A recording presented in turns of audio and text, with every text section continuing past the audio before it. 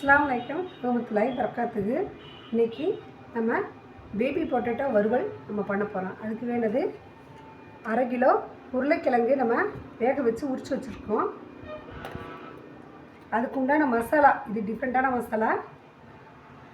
சோம்பு 1 டீஸ்பூன், மிளகு 1 டீஸ்பூன், 5 மிளகா வத்தை எல்லாம் எடுத்து கிள்ளி வச்சுக்கலாம். அடுத்தது பூண்டு, ஒரு 8 பூண்டு, பெரிய பூண்டு, ஒரு சிறிதளவு துண்டு இஞ்சி துண்டு, இது ரெண்டையும் தட்டி வச்சுக்கிறோம். தட்டி வச்சுக்கிட்டு அடுத்து நம்ம வீடியோ செஞ்சு பார்க்கலாம். அடுத்த வீடியோக்குள்ளே போகலாம். கடாயை அடுப்பில் வச்சு ஸ்டவ்வை பற்ற வச்சாச்சு.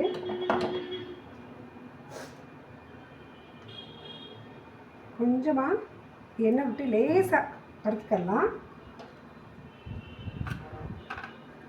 இந்த சோம்பு, மிளகு, வரமிளகா, ஒரு 5 வரமிளகா நம்ம உரப்பு தகுந்தப்ப சேர்த்துக்கலாம். இது 3 போட்டு நம்ம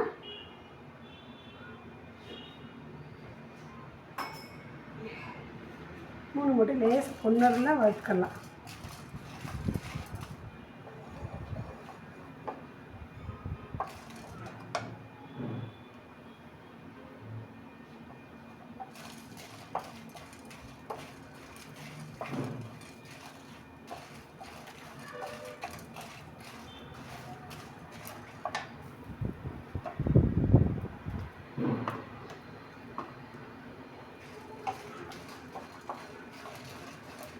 லேசாக இது நல்லா வறுபட்டுருச்சு.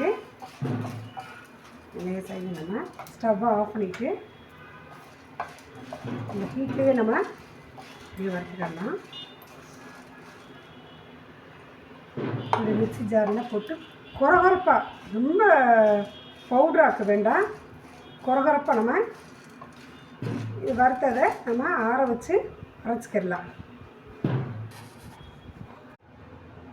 அடுத்து நம்ம இஞ்சி பூண்டை இது 1-2 நம்ம போட்டு இடியோரில் போட்டு நம்ம தட்டிக்கலாம்.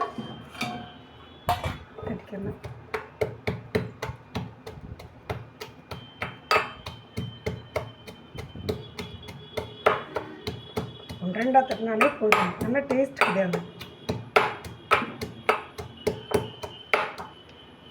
பூண்டெல்லாம் போட்டோம்னா நல்ல ஒரு நல்ல ஸ்மெல்லாம் இருக்கும். அதுவும் நம்ம உருளைக்கிழங்குக்கு நம்ம போட்டோம்னா நல்லது, கேஸ் ட்ரபிள் இல்லாமல் இருக்கும். வாய் அங்கங்கே பிடிக்காம நல்லா இதாக இருக்கும்.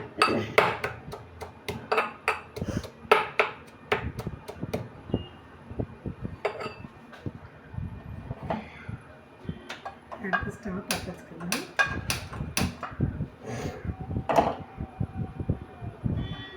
ஆயிலை சேர்த்துக்கலாம்.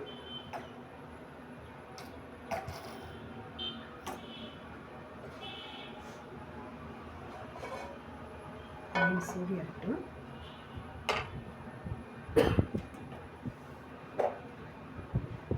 கொஞ்சமாக இதில் கடுகு சேர்த்துக்கலாம்.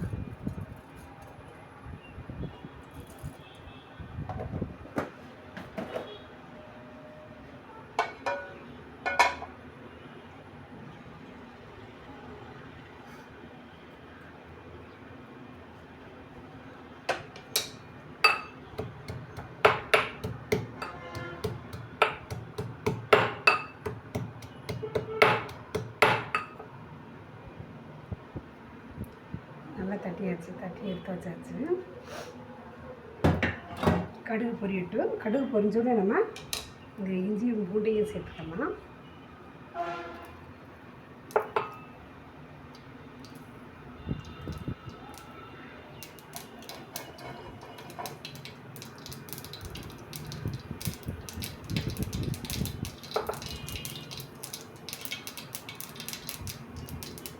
தட்டி வச்ச இஞ்சி பூண்டை நம்ம சேர்த்துக்கனால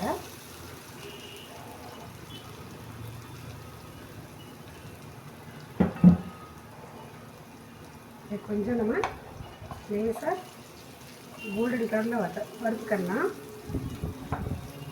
நல்ல ஸ்மெல்லு.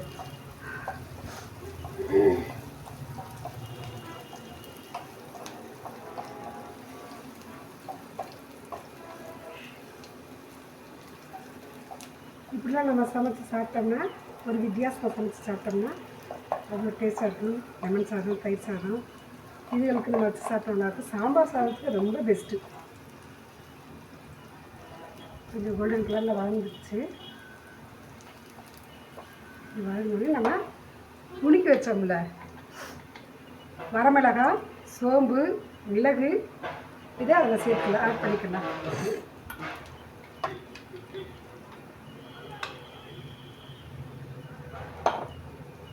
ஆட் பண்ணிக்கணும்.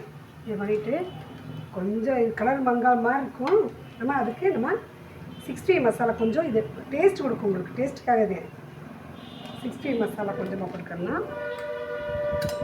கொஞ்சமாக பட்டை ஏலக்காய் தூள் லேசாக சேர்த்துக்கலாம். இதில் கொஞ்சம்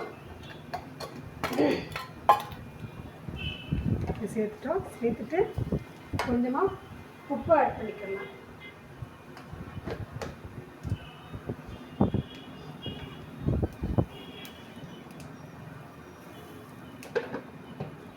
ஆட் பண்ணிக்கலாம். இது லேசாக வதக்கிட்டு அடுத்து நம்ம குறித்து வச்ச பேபி பொட்டேட்டோ அதை சேர்த்துக்கணுங்க.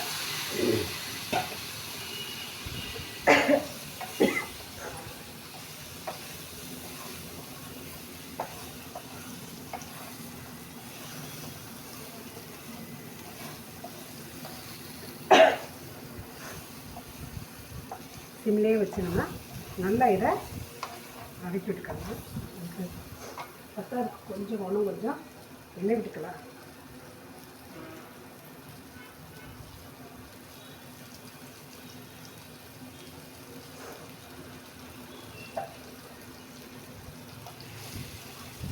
இதை நல்லாவே வதக்கி விட்டுக்கலாம். சிம்லேயே வச்சு விட்டுருங்க, ஆண்ட வைக்காதீங்க. அப்போதான் இதில் மசாலா எல்லாமே பிடிக்கிறதுல.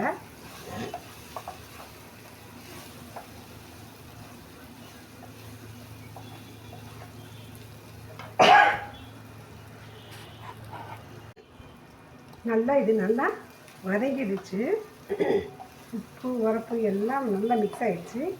இந்த டயத்தில் நம்ம ½ லெமன் லேசாக பட்டும் படாமல் ஒரு டேஸ்ட்டுக்கு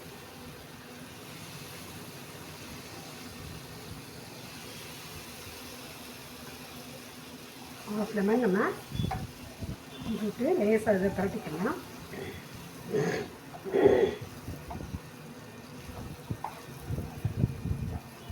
உப்பு உரப்பு எல்லாம் நல்லா பிடிச்சிருக்கு. இதோடைய டேஸ்ட்டு நல்லாயிருக்கும். சாம்பார் சாதம் நாங்கள் இன்றைக்கி சாம்பார் சாதமே வச்சோம்.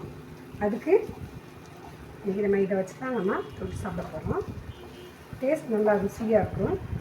இதே மாதிரி நீங்கள் செஞ்சு பாருங்கள். இப்போ நான் சேவ் பண்ணுறேன்.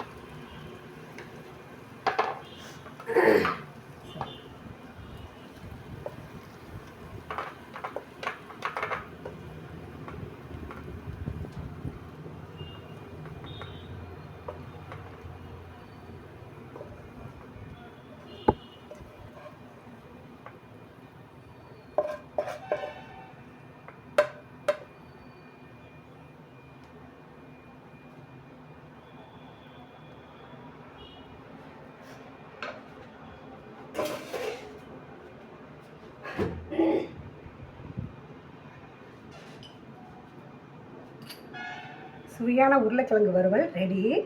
அதுக்கு கொஞ்சமாக டொமேட்டோ சாஸ்,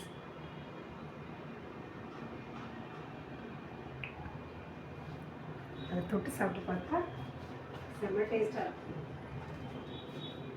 இதை தொட்டு சாப்பிட்டு பார்த்தா நமக்கு செம்ம டேஸ்ட்டாக இருக்கும். பார்த்தீங்களா? இதே மாதிரி நீங்கள் சமைச்சு சாப்பிட்டு பாருங்கள். டேஸ்ட் எப்படி இருக்குன்னு கமெண்டில் சொல்லுங்கள். லைக் பண்ணுங்கள், ஷேர் பண்ணுங்கள், சப்ஸ்கிரைப் பண்ணால் மறந்துடாதீங்க. பெல் பட்டனையும் அமைக்கிடுங்க. தேங்க்யூ.